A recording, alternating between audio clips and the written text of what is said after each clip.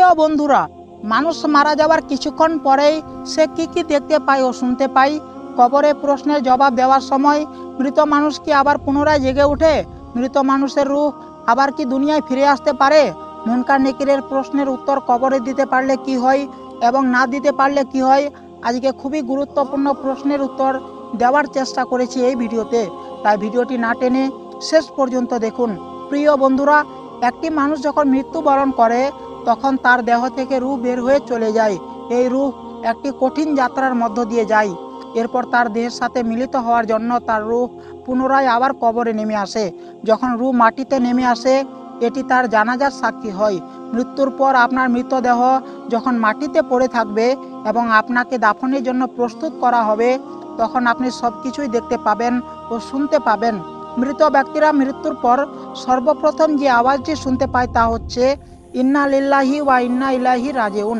এমনকি আপনি সব কিছুই অনুভব করতে পারবেন। যখন মানুষ আপনার দেহকে রাখার জন্য নিয়ে যাবে, তখন আপনার রূহ সেখানে আপনার দেহের সাথে পুনরায় মিলিত হওয়ার জন্য কবরে নেমে আসবে। তারপর আপনার প্রিয়জন, আপনার বন্ধুরা হাত দিয়ে মাটি তুলতে শুরু করবে এবং আপনার উপর মাটি ফেলতে শুরু করবে। যখন আপনার আপনজনরা আপনার উপর মাটি দেওয়া শুরু করবে, তখন আপনি সব কিছুই অনুভব করতে পারবেন। আপনি সম্পূর্ণরূপে আবৃত না হওয়া পর্যন্ত তারা আপনার উপর মাটি ফেলতে থাকবে। এরপর তারা মাটি দেওয়ার পর হাঁটা শুরু করবে। অতঃপর তারা চলে যাবে। আপনি তাদের হাঁটার শব্দ শুনতে পাবেন। যেমনটি মহানবী সাল্লাল্লাহু তাআলা আলাইহি ওয়াসাল্লাম বলেছেন, যখন তারা চলে যাবে তোমরা তাদের পায়ের শব্দ শুনতে পাবে এবং তোমরা কবরের মধ্যে একা হয়ে পড়বে।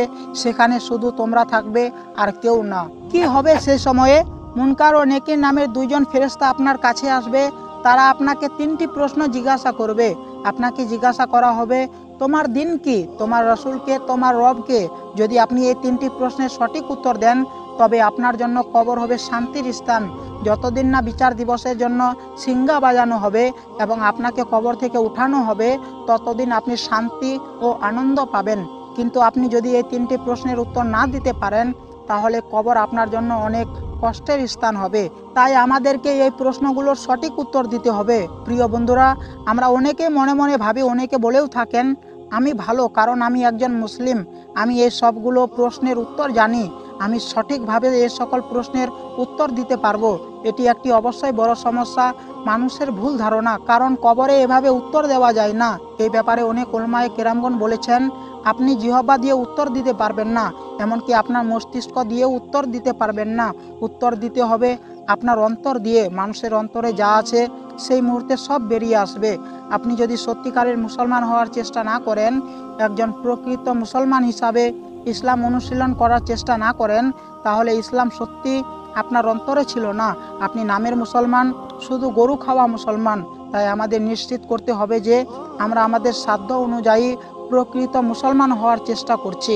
আমি আপনাদের একদম নির্ভুল হওয়ার কথা বলছি না, আমি আপনাদেরকে আলেম হওয়ার জন্য বলছি না, কিন্তু আমাদেরকে সত্যিকারের একজন মুসলিম হওয়ার চেষ্টা করতে হবে, যাতে কবরে আমরা নির্দ্বিধায় প্রশ্নের উত্তর দিতে পারি।